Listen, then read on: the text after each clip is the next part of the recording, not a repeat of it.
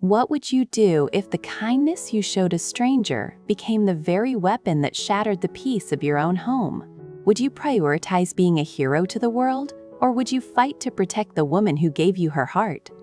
The sun dipped below the horizon, casting long, jagged shadows across the living room floor. The air inside the house, usually a sanctuary of warmth and shared laughter, had turned frigid. It wasn't the temperature, it was the silence. A silence so heavy it felt like a physical weight pressing against the chest. Jack stood in the doorway, his hand hovering over the frame, his eyes searching for a flicker of recognition or comfort from Tu Tien. She sat on the edge of the velvet sofa, her profile etched against the darkening window pane. She wasn't crying, but the way her shoulders were held, rigid, defensive, told him everything he needed to know. The incident in the kitchen, the misplaced boundaries, the intrusion of a stranger into their most private space. It had all culminated in this single, suffocating moment. Jack took a tentative step forward, his voice low, heavy with the weight of unsaid apologies. Tu Tien, please, I didn't mean for any of this to happen, I just… Before the sentence could fully form, Tu Tien raised a hand. It was a small, trembling gesture, but it halted him as effectively as a steel wall. She didn't turn around. Her gaze remained fixed on the empty garden outside, where the remnants of a life that wasn't theirs had just been erased. I don't blame you for having a good heart, Jack, she began, her voice a fragile thread in the gloom. I fell in love with that kindness, but your kindness has become a blindfold. Jack froze. The air in his lungs felt thin. When that woman crossed the line in the kitchen today, she continued, her voice gaining a sharp, crystalline edge, it wasn't just about the mess or the noise, it was about the boundary. You opened our doors so wide that you didn't just let her in, you let her trample on our sanctity. Do you have any idea how it feels to stand in your own home and feel like a guest in someone else's drama? To feel. Replaced? The word hung in the air. Replaced. Jack felt a sharp pang in his chest. He watched her back, the way her hair fell over her shoulder, the way she seemed to be holding herself together with sheer willpower. He realized then that he had failed the one person who mattered most. He had spent so much time looking outward, trying to save the world, that he had ignored the quiet erosion of his own foundation. I never wanted you to feel that way, Jack whispered, his voice thick with regret. I thought if I just did enough, if I just proved that we could be better, that it would all work out. I didn't see the price you were paying. Tu Tien finally turned. Her eyes were red-rimmed, glassy with the unshed tears of a woman who had reached her breaking point. You don't need to be a savior to everyone, Jack. You just need to be my partner. Right now, I don't feel like I have one. The gravity of her words hit him harder than a physical blow. He walked over, the floorboards creaking under his weight, and sat beside her. He didn't touch her. He knew he hadn't earned that comfort yet. Instead, he forced himself to look at her, really look at her, to witness the vulnerability he had caused. I see it now, Jack said, his voice steadying, though his heart hammered against his ribs. I was arrogant. I thought my intentions were enough to justify the chaos.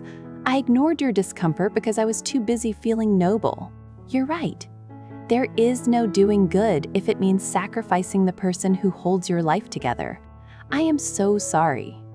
For a long minute, there was nothing but the sound of the wind rattling the window frame, the open loop of their future, whether this fracture could be repaired or if it had deepened into a canyon stretched between them. We can't keep living like this, Tu Tien said, her voice softer now, but resolute. The situation with her, DEE, it's not just a misunderstanding anymore. It's an infection in our life. It has to end, Jack. Tonight. Jack nodded, his jaw set in a line of sudden, grim determination. You're right. We end it. Together. They stood up as one, the hesitation of the last few hours replaced by a singular, unified purpose. They walked out of the back door, the cool night air biting at their skin. The garden was dark. The silence punctuated only by the distant chirping of crickets. In the shadows of the old shed, the girl they had taken in was waiting, unaware that the dynamic of her world was about to shift irrevocably. As they approached, Tu Tien didn't shrink away. She stepped forward, her presence regal, calm, and unmistakably firm. She wasn't the broken woman from the sofa anymore, she was the protector of her territory. "We have helped you as much as we possibly could," Tu Tien said, her voice clear and echoing in the small yard. "But what happened in the kitchen today? What has been happening in this house? It has crossed the line of what a family can accommodate. We aren't a hotel, and we aren't a charity center. We are a home." The girl looked up, startled, a flicker of panic in her eyes. "But—" "There is no but," Jack interrupted, stepping up beside his wife, his hand finding the small of her back, a gesture of ownership and solidarity. He felt Tu Tien lean back into him just an inch, a silent confirmation that they were back on the same side. "We have provided you with shelter and grace. But this arrangement has become a source of pain for the people who actually live here. You need to find a new place to stay or go back to your own family. This is no longer a home for you." The girl's face fell, the realization of her own displacement dawning on her. She looked at Jack, seeking the soft-hearted man she had manipulated for weeks, but found only the cold, hard gaze of a man who had finally opened his eyes. He wasn't looking at her as a project to be saved, he was looking at her as a threat to be removed. Without another word, the girl gathered her few belongings. The atmosphere was thick with the finality of their decision. They watched in silence as she walked toward the gate, her footsteps crunching on the gravel, each sound signaling the exit of the chaos that had plagued them. When the heavy wooden gate clicked shut, the sound echoed like a gavel in a courtroom. It was over. They returned to the house, but the walk back felt different. The tension hadn't vanished, but it had shifted from a jagged, dangerous force into something quieter, a lingering ache of cleanup. Once inside, the door was locked. The deadbolt slid into place with a definitive thud. Jack didn't move away. He turned to Tu Tien, who was leaning against the entryway table, her eyes searching his. He took her hands in his. They were cold, and he rubbed them gently, trying to pass some of his own warmth back into her. "I need you to understand," Jack began, his voice barely a whisper in the quiet house. "I know how this looked. I know it looked like I was valuing her over you. But the truth is, I was just so terrified of being the person who turns someone away when they have nothing. I let my own fear of being the bad guys blind me to the fact that I was being a bad husband." Tu Tien studied his face, looking for the cracks, the lies, the hidden agendas. But she found only raw, exposed sincerity. "I remember the first time I met her," Jack continued, his eyes drifting to the kitchen door, now just a dark space. "She seemed so lost. I thought I could fix her. I thought if I could just provide enough stability, she would find her way. I didn't realize that in trying to save her, I was drowning us. I didn't set boundaries because I was a coward, afraid that if I said no, I'd be less of a man. But I realize now that being a man means knowing when to close the door." He squeezed her hands tighter. "My happiness, my future, my life, it all starts and ends with you, Tu Tien. I allowed a stranger to take up space in our lives, but I promise you, that ends today. I will never let another person come between us. From this point forward, every decision, every person we let in, every ounce of charity we give, it will be with your agreement and your comfort as my priority." Tu Tien's chest heaved. The last of the tension, the last of the bitter disappointment that had been fueling her anger, began to drain away, replaced by the crushing exhaustion of a long battle. She looked at Jack. The man who had stumbled, yes, but the man who was now standing firmly in the light of his own mistake. She didn't offer a speech. She didn't need to. Instead, she stepped forward and rested her forehead against his chest. She could hear his heart beating, a steady, rhythmic sound that reminded her he was still here, still hers, and still fighting for them.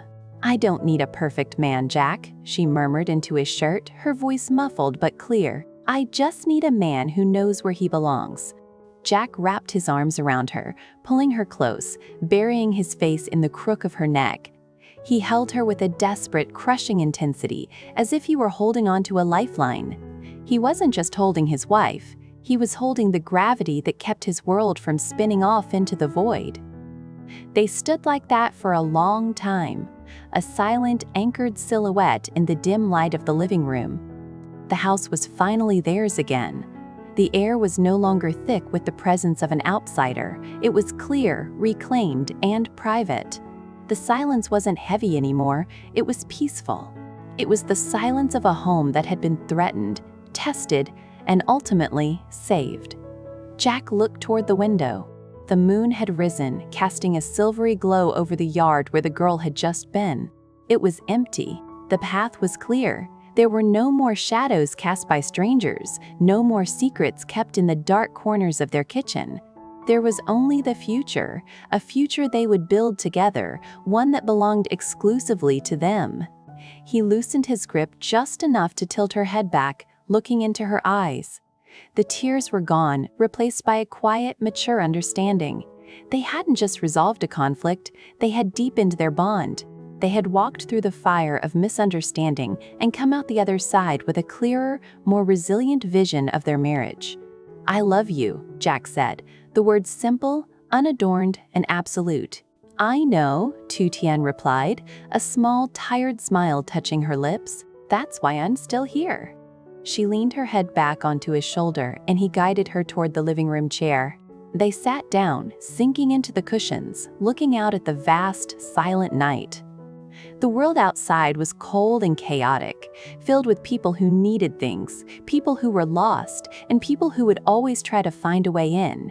But that didn't matter anymore. Inside, there was heat, there was light, and above all, there was a boundary that could never be breached again. The shadows shifted as the wind picked up, but they didn't flinch. They watched the garden, the trees swaying in the darkness, the familiar shapes of their sanctuary settling back into place. Every detail of their life.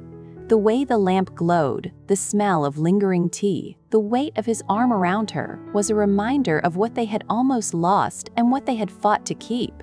The drama had been painful, yes. It had been humiliating and exhausting, but it had also served a purpose. It had stripped away the illusions, the vanity of the good person persona Jack had tried to maintain, and left them with the raw, honest truth of their partnership. They were a team. And a team, once tested, is stronger than a team that has never known the pressure of a storm.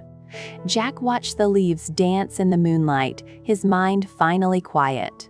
The restlessness that had plagued him for weeks, the constant urge to fix, to give, to perform for the world, it had all evaporated.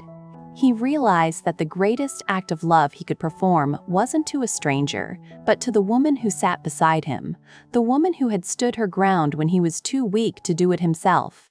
"Do you think we were too harsh?" Jack asked quietly, his voice barely disturbing the stillness of the room. Tu Tien didn't look up. She kept her gaze fixed on the garden. "If we had been any softer, we wouldn't have been a family anymore. We would have been a stage for someone else's performance. No, Jack, we weren't harsh, we were necessary." Her answer settled the last of his doubts. He nodded, once a firm movement of acceptance. "I won't let it happen again," he promised. "I know," she said, and this time there was no hesitation in her voice. They sat for a long time, not talking, not needing to. The house was quiet, the world outside was distant, and their hearts were finally beating at the same rhythm.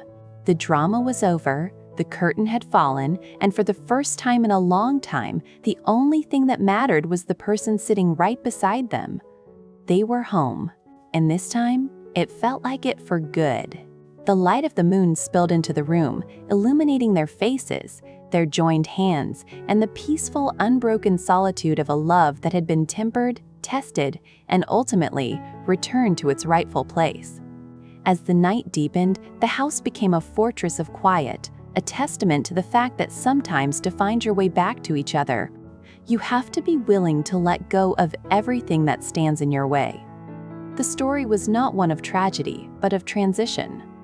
It was the story of how two people learned that love isn't just a feeling. It's a commitment to boundaries, a commitment to one another, and a commitment to the sanctity of the life you build together. And as they finally drifted toward sleep, their hands still locked, they knew that whatever the next day brought, they would face it as one. The storm had passed, the house was still standing, and they were finally, truly, together again.